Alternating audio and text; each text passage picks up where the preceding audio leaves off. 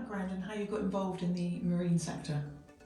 Okay, so in 2002 I got into the marine sector following 15 or 16 years in the construction industry, where I got my sitting gills in joinery, and then within 5 years was managing the facilities management side of the retail high street. So I looked after the banks and the high street shops and looked after their maintenance on a national basis in the UK.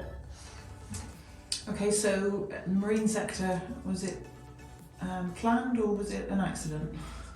Well, for people who know me, they would definitely say it was planned, because that's my character. But it wasn't so much that, it was more a case of being happy in what I was doing previously, but fancying a new challenge, but not quite sure what to do. And one day the planets aligned, and I managed to link up with the managing director of Western Marine Power, and he was looking for somebody to join his business and bring something into the business which he was struggling to find in the marine industry at that time. So with that in mind then, what was your key focus and what key areas did you concentrate on initially? Well, as I said, when Nick, my MD, recruited me, it was following a 6-hour interview. And anybody who knows Nick knows that he can yap, and we were able to exchange lots of experiences, and it didn't feel like 6 hours at the time. But the one thing that came across in that time of talking was I expressed to Nick I knew nothing about the marine industry as such. Dad was a fisherman, so that was the closest I got. But Nick said he wasn't looking for somebody with a marine background. He was looking for somebody who could bring project management, people skills, sense of planning, scheduling into the business. And at the time the business was doing well but relatively small.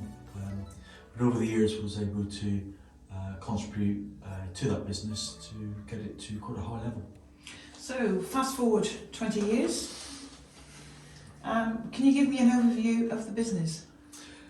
Well, 20 years has seen a big difference in the way we do business, not just us but the marine industry itself. 2019, 2020, we decided to look at how the business was growing, how the marine industry was changing, and we looked at ourselves and thought, what do we enjoy, what don't we enjoy, and born from those discussions was marine energy systems. And we decided to look at the marine sector from a different set of eyes. We were selling labour before that, and we had some great assets in the business, people who were technically very, very competent, but they weren't being allowed to show their skills. So we used the good parts of our business and, as I said, set up marine energy systems. So with that in mind then, what's your plans for the future for MES?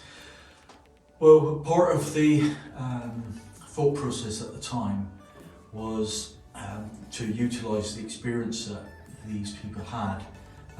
So we developed that, and we brought in new partners into the business and new skills into the business, with the thought of looking at the business from a more environmental, having a bit more of an environmental approach.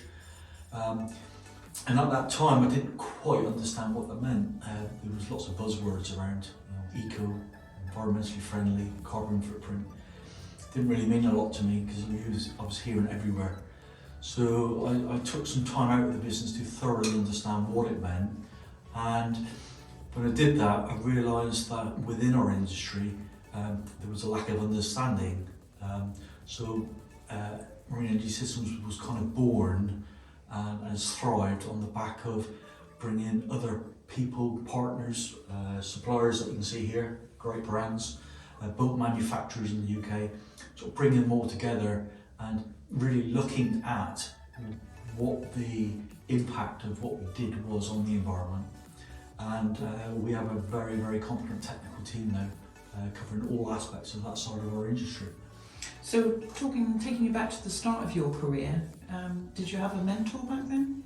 Wow. I have two people that come to mind. When I was in the building industry, my line manager was the type of person who was quite thorough, and I used to challenge many things that he would say, probably young and a bit naive. But one of my failings, I suppose, at the time was I saw everything as black and white. And he said to me on a number of occasions, "John, life is not black and white, work is not black and white, sometimes it's grey." And I went, "No, it isn't." And he said, "Well, there you go, I just proved my point, you've got a lot to learn." And that stuck with me for many, many, many years now. And then when I came into the marine sector, my MD at the time, Nick, a very passionate person about the marine sector, passionate about his hometown, Plymouth. He taught me a lot about being a good person, working with people, treating them right. And I think the combination of Nick and my previous line manager has served me well. It's made me the person I am today. So with that in mind then, what do you consider to be the most rewarding and challenging? Wow. Well, the last couple of years have been pretty challenging. Taking a business of 20 plus years and then reimagining it and making it profitable within 2 years. Building a team who are exceptional, some of the best in the UK, I believe. That's been a challenge. But I think probably the most challenging thing is the education process of working with boat manufacturers, the trade, suppliers, to get them talking, to stop duplication of processes. But one of the most rewarding parts of that business is we were able to take the learning part of that and push it back into the sort of young marine professionals. So we do a lot of work now with universities, colleges. I even went back to my old school. That was an eye-opener. Everything looked smaller, still had the same smell. And only 2 weeks ago I got a letter from the school saying thank you from the students for the work I did with them over a year ago, and it was quite, it touched me a little bit because I didn't have those opportunities at school, and these students were so appreciative of what we were able to do for them at the time. To me it's just a normal day-to-day job, but I sat with them and did presentations on DC motors, specifically bow thrusters at the time, and to get a sense of appreciation from those people. Like I said, it really did touch me. So with that in mind then, do you have any tips for others that are already working in the sector and looking to progress? Well, you can only learn from your own experiences, so I would say patience is key. And I think, you know, the old cliche of thinking you're right all the time and stuff like that is an obvious one to say, I suppose. But I think what was most important to me, I suppose now looking back, was in the early days I was afraid to express myself. Certainly not now.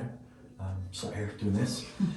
But I had ideas and people were listen, and it probably took 20 years for me to be able to express myself now through marine engine systems, through the people in the business. So I think my tip is, if you really do believe in something, listen to the advice, but kind of just follow your dreams. You know, I would never thought I would be managing director of such a successful business, but here we are. And have you seen the marine industry change over the years? Positive, negative aspects of it? Well, it's changed. It's changing all the time. It evolves all the time. I think the biggest change for most people in this industry has got to be the last 5 years or so. Environmental issues, they're the most pressing. And as I said earlier on, I didn't really understand all of that. Still a long way to go, but I have a better understanding of it now. And I think the sort of young professionals, they're a different breed of people to when I came into the industry. They're enthusiastic, technically, and with technology, they're so far advanced. So I think kind of listen to what's around us, listen to new ideas. I think it certainly serves me well. Now, we've explored your professional side. Mm-hmm. Do you have any hobbies outside of work? I have a passion for football. Ever since 9 years old, I did see trials. I was going to say I had trials for Devon. I had trials for Plymouth Argyle, or should I say the mighty Plymouth Argyle, who were champions of League One this year. That's always been my main passion. Obviously, business and other activities over the years have prevented me from getting heavily into that. But that did change for me in 2012. 2012 saw the birth of my daughter. People said to me at the time, embrace every day, enjoy every day, time goes so quick. And I heard that so many times before she was born that I decided to do something about it. And I can honestly say, hand on heart, there isn't a day that's gone by where I have not been involved with every activity she's done. And it's paid off. We have a fantastic relationship, my family are fantastic. The icing on the cake is my daughter's now into football. She has a passion for football. It's reinvigorated me again to the point where I'm now coaching. I'm now working with a girls' football team, going through the coaching process. I really want to get involved with that. But no, I love it, absolutely love it. That's my passion. John, it's been really good talking to you this afternoon. Thank you for giving us an insight into marine energy systems and the man behind the brand. Thank you. You're very welcome, and I'm glad I got through that. Thank you.